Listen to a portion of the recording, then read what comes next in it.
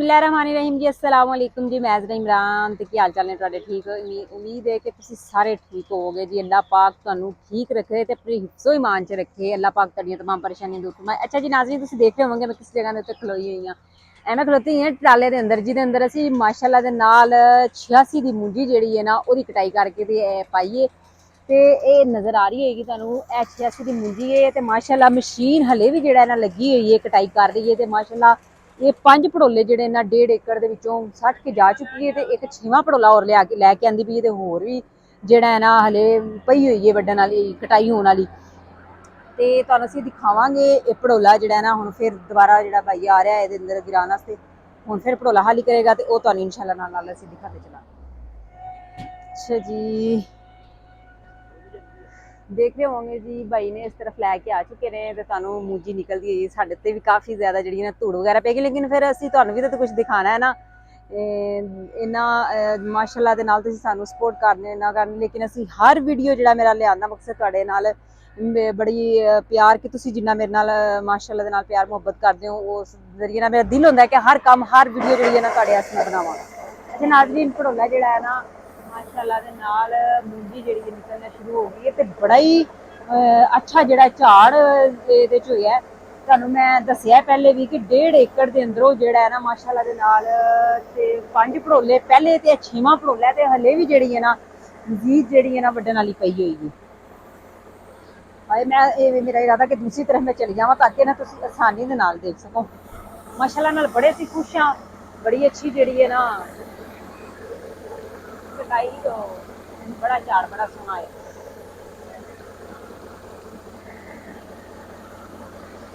बड़े जे लोगों ने कहा कि इन्हां दा अच्छा झाड़ होने की वजह यह भी है कि ना मतलब इहदे च पहले मकई लगाई हुई थी, बड़ियां स्प्रेयां आईयां होईयां ने, बड़ियां दवाइयां, लेकिन नाज़रीन दसदे चलिए कि दवाइयां स्प्रेयां एक साइड ते रह गईयां, असीं इन्हां दे अंदर देसी मलड़ दा बहुत ज्यादा इस्तेमाल कर रहे हैं, जिहदी वजह तो माशाअल्लाह साडी फसल जेहड़ी है बहुत ज्यादा जेहड़ी है ना अच्छी हुंदी है।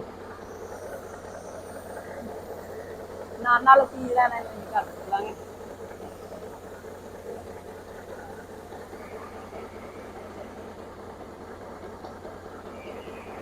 अच्छा जी, भड़ोला जेहड़ा खाली हो रहा है ते गले में काफ़ी ज़्यादा जी अंदरों धूड़ है ना, डस्ट जी निकल निकल के जी ना गले में पै रही है, लेकिन मैं फिर भी आके सोचा कि नहीं मैं जरूर जरूर देखना कम उत्ते आके मैं आप चेक करना इस चीज़ को। ते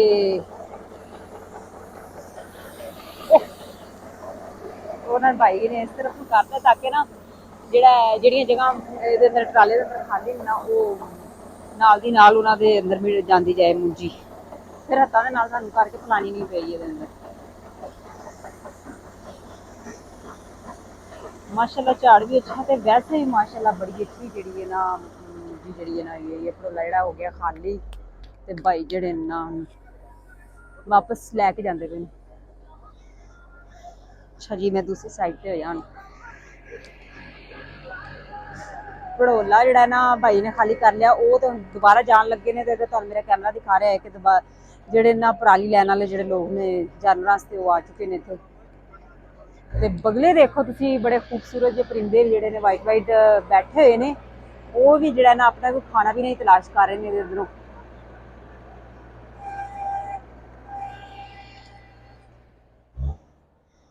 ए माशाअल्लाह दे नाल 6वां भड़ोला जेड़ा है इहदे अंदर जेड़े ना मशीन जेड़ी ना लुक गई है। अच्छा असीं हुण इत्थे बैठांगे।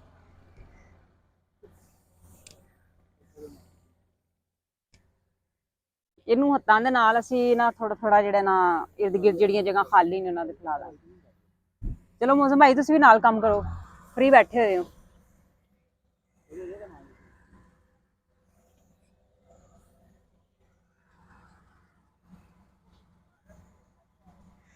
हाँ जी मौसम भाई दसो, जिन्ना सोचा सी उन्ना झाड़ निकलिया कि नहीं? सोच तो वध निकला है ना माशाल्लाह ना। अच्छा जी, मौसम भाई कह रहे हैं कि सोच तो वध जेड़ा ना साडा जेड़ा ना झाड़ निकल आया है।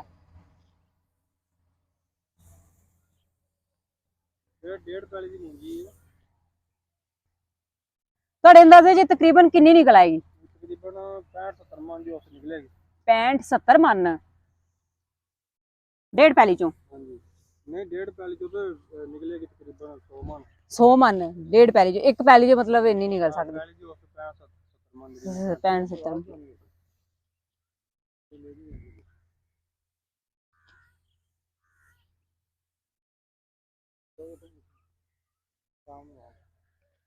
अच्छा नाजरीन, काफ़ी देर तो लगी हुई है कटाई वाली मशीन, वो भी भाई कर रहे हैं, लेकिन शाम का टाइम भी काफ़ी हो गया। देख रहे होंगे कि सूरज ਜਿਹੜਾ है ना वो भी ढलना शुरू हो गया है, काफ़ी शाम हो चुकी है। लेकिन मूंजी ਜਿਹੜੀ है ना हले भी थोड़ी जी पई हुई है। थोड़ी इस साइड ਤੇ ਵੀ अगर ਤੁਹਾਨੂੰ नज़र आ रही ਹੋਵੇ, ਇਹ ਭਾਈ ਨੇ ਉਹਨਾਂ ਕੋਲੋਂ ਨਾ ਅਸੀਂ ਇਸ ਸਾਈਡ ਤੇ ਅਗਰ ਕੈਮਰਾ ਦਿਖਾਇਆ, ਇਹ ਗਿਰ ਗਈ ਹੋਈ ਹੈ ਨਾ ਬਾਰਿਸ਼ ਦੀ ਵਜ੍ਹਾ, ਤੂਫਾਨੀ ਬਾਰਿਸ਼ ਦੀ ਵਜ੍ਹਾ ਤੇ ਇਹ ਪਿੱਛੇ ਨਜ਼ਰ ਆ ਰਿਹਾ ਹੈਗਾ ਡੇਰਾ ਹੈ ਸਾਡਾ। ਤੇ ਇਹ ਜਿਹੜੀ ਥੋੜੀ ਜੀ ਛੋੜ ਗਏ ਹੋਏ ਨੇ, ਲੇਕਿਨ ਥੋੜੀ ਜੀ ਵੱਢਣਗੇ ਹੋਰ ਤੇ ਉਹ ਬਾਕੀ ਜਿਹੜੀ ਅਸੀਂ ਨਾ ਉਹ ਇੰਜ ਹੀ ਹੱਥਾਂ ਨਾਲ ਵੱਢ ਕੇ ਫਿਰ ਜਾਨਵਰਾਂ ਨੂੰ ਪਾ ਲਾਂਗੇ।